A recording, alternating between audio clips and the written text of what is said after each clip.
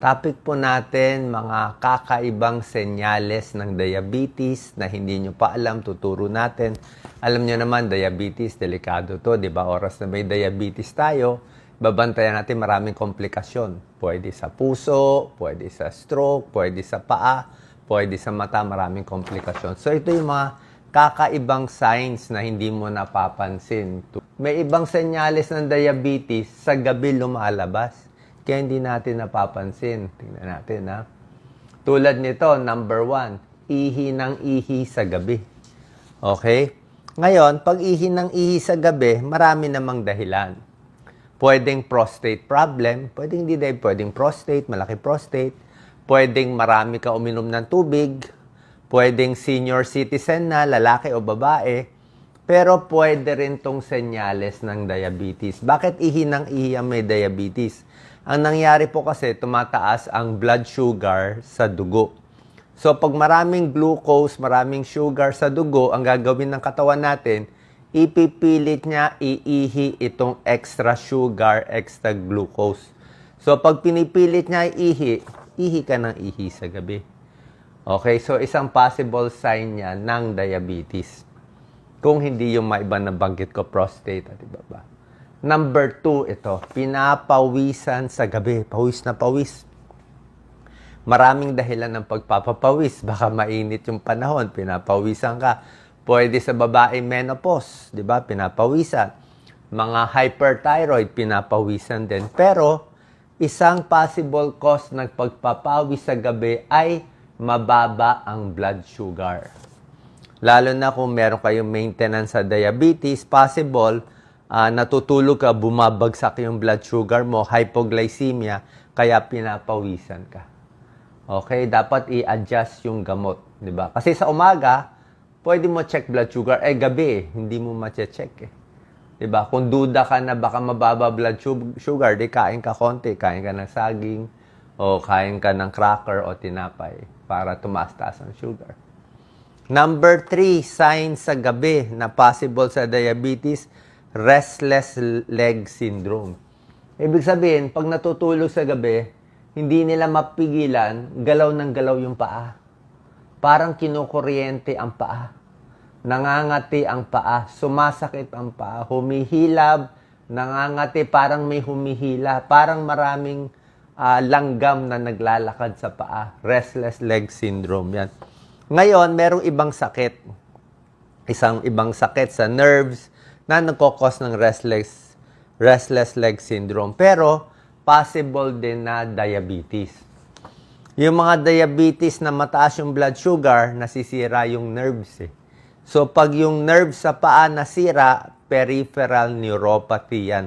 Diabetic peripheral neuropathy, pag nasira yung nerves, bukod sa manhid, mahina pakiramdam, pwede masugat, pwede ka rin magkaroon nitong restless leg syndrome. So, pa-check din ang blood sugar. Ito, mga kakaiba to lahat. Number 4, sleep apnea. Hilik ng hilik sa gabi. Tapos, pag hilik, biglang titigil ang hininga. Sa lakas ng hilik, tumitigil ang hininga. Yan, okay? Possible ba yan sa diabetes? Tama po, possible. Una-una, pag diabetic kasi, usually overweight sila. So, pag diabetic, overweight, mataba sila, mataba dito sa leeg, pwede sila umabot dito sa snoring at sleep apnea. Pero, possible din na wala kayong diabetes. Wala kayong diabetes. Ang problem nyo lang, ito, paghilik at sleep apnea, nagbabara lang yung lalamunan. Pwedeng malaki leeg, o makapal yung mga laman dito sa lalamunan natin. Ngayon, pag nag-umpisa ka sa sleep apnea, pwede rin magdulot ng diabetes. Paano mangyayari yon? Sleep apnea, ibig sabihin, kulang ka sa oxygen. Kulang sa oxygen katawan mo, dadami carbon dioxide, mahihirapan yung katawan. Pag nahirapan yung katawan, magkakaroon na ng insulin resistance, hindi na gagana yung insulin, tataas na yung blood sugar mo. Pag tumaas, so pwedeng yan ang umpisa, hilik ng hilik, overweight, magdudulot ng diabetes. Tapos yung diabetes, lalo ka mag-overweight, lalong lalala to. So papacheck tayo sa pulmonologist, kailangan magpapayat, merong mga technique, pwedeng side ang tulog o yung iba nilalagyan ng CPAP machine. Yung machine na para makatulong sa kanila sa paghinga. Number 5, ito. Ito, madaling araw. Ito, okay blood sugar niya. 2 a.m. Ito, dilat siya. Nighttime hypoglycemia. Sobrang gutom, sobrang nginig sa gabi. Kasi nga, pag natutulog tayo, pwedeng bumaba ang blood sugar. Ano ang low blood sugar? Less than 70. Minsan, pag tulog, bababa pa ng less than 55. Diba? Mamaya, makomatose pa.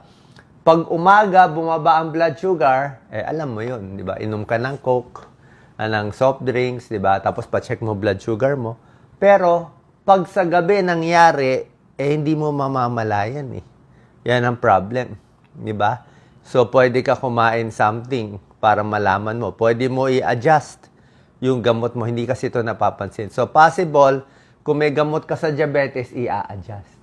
Or yung kain mo, baka masyado maaga kain mo. Like ako, kain ko alas 6 ng gabi, di ba? Baka gugutumin na. So, pwedeng kain ka maaga, pag mga 8 o'clock, meron kang konting meat, konting extra kain, kahit maliit na tinapay, para hindi ka gugutumin sa gabi. Yan, night time. Ito, ayon sa isang pag-aaral, yung pagbagsak ng blood sugar, 50% nangyayari sa gabi. So, common to. Common to. Number 6, uhaw na uhaw pag madaling araw. Okay, sa gabi, ang early sign na pinaka-early sign ng diabetes, uhaw. Laging dry mouth, laging uhaw. Mas obvious pa pag gabi. Okay, bakit?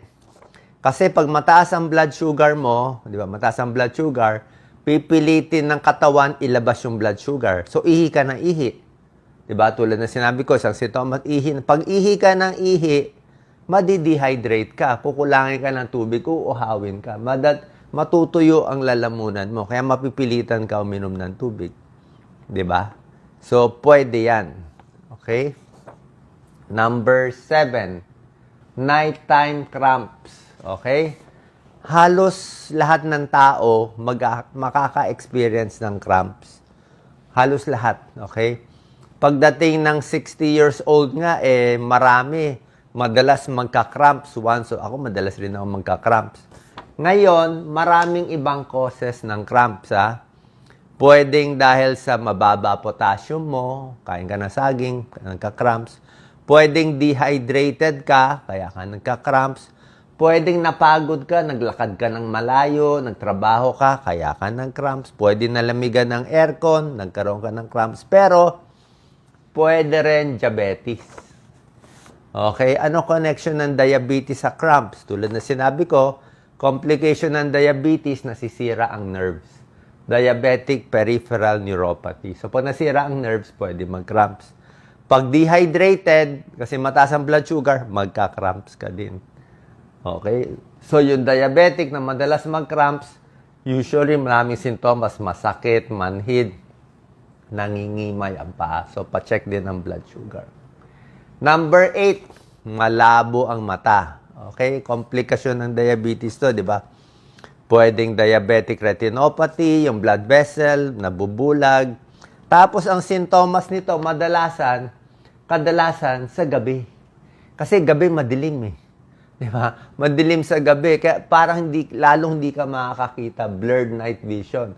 Pag sa umaga, maaraw, tingin mo nakakakita ka naman. Pero pag gabi, doon lumalabas yung walang ilaw sa gabi, doon parang lumalabo ang mata, hindi ka makakita ng kulay, parang may floater pa, parang may lumulutang-lutang, i-control ang blood sugar, pa-check sa ophthalmologist. So, yan ang 8 nighttime signs ng diabetes na kakaiba. Pakita ko lang sa inyo mga tips. Normal blood sugar, 70 to 100. Okay? Pag ang blood sugar nyo, 101 to 125 milligrams per DL, mild diabetes na yan. Papunta na sa diabetes. Pag 125 pataas, diabetes na yan. Okay? Paano iiwas? Siyempre, pagkain, exercise, gamot, at blood test. Yung apat talaga. Pagkain, aayusin, exercise para bumaba blood sugar, gamot kung kailangan, at magpapacheck ng blood sugar para malaman ito. Gusto mo bumaba? Galaw-galaw. Ito yung mga usual symptoms. Sinabi ko na sa inyo, yung mga sugat na hindi gumagaling, vaginal infection, laging nauuhaw, hindi na makipagtalik, mahina na yung pagtatalik, pero medyo late na yan, namamanhid, namamayat, laging pagod. Pero yung pinakita ko sa inyo, mas kakaiba. Maraming komplikasyon ng diabetes. Pwede ma-stroke, masira ipin, masira nerves, ma-heart attack, mata mabulag, pati glaucoma, at ito pinakadelikado pa, kidney failure at dialysis. Okay, para makaiwas sa komplikasyon, dapat sinecheck lagi ang paa. Magandang sapatos, kailangan. Sa mata, yan, normal retina, diabetic retinopathy. Ang nangyayari, nagkakadugo-dugo. Yan, nagkakadugo-dugo. Nagkakaroon ng mga bagong ugat yung mata. At pag nagkaroon ng mga bagong ugat, nangyayari, parang hinihila niya yung retina. Parang hinihila niya, dumadami yung ugat. Pag dumami yung ugat, yung papel, parang nakukuluntoy siya. So, minsan nagre-retinal detachment. So, kailangan pa-check ang mata, lahat ng diabetes. Sayang din yung mata. Mahalaga po to. Okay? Pati ipin, importante. Oras na masira na yung ipin, kasi nga, mataas blood sugar, mabilis magka-infection. Gum disease. So, tamang pagkain, yung mga matatamis, 'di ba? Maalat, matataba, bawas talaga sa pagkain. Dapat talaga yung pagkain nyo, pare-pareho ang dami, lalo na kung umiinom kayo ng gamot. Bawas stress, exercise. Pag may sakit, tumataas ang blood sugar. May binabantayan. Stress and diabetes, malaking connection. Mas stress yung tao, mas... Ito, picture lang, timbang. Minsan kailangan ng insulin treatment, rubber shoes. Check ang blood pressure, check ang puso, check ang mata.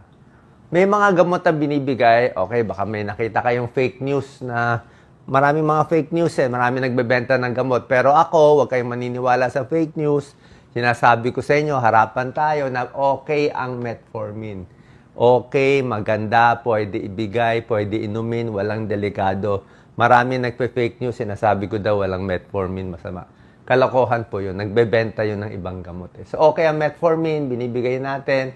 Itong mga sulfonylurea. Kung ano sinabi ng endocrinologist nyo, yun din sasabihin ko. Dito lang kayo maniwala sa page natin, ha? Marami ng kalokohan ngayon sa social media. Marami ng AI na kung sino-sinong iniimbento na fake news. Sa health, fake news. Sa entertainment, maraming fake news. Sa politika, maraming fake news. So, hindi talaga maiwasan to. Grabe na yung fake news ng social media. Tapos, anong reason minsan lumalala ang diabetes, hindi na inom ang gamot, sobrang alak, at ibang mga problem. Diabetes and mental health, importante din. Mas stress tayo. Meron tinatawag na diabetes distress. Pag diabetic, usually stress. May denial sa sakit, loneliness, walang motivation, frustrated, at takot sa sakit. Sundin nyo lang po to. Punta kayo sa endocrinologist nyo pag nakita mataas ang blood sugar. Salamat po.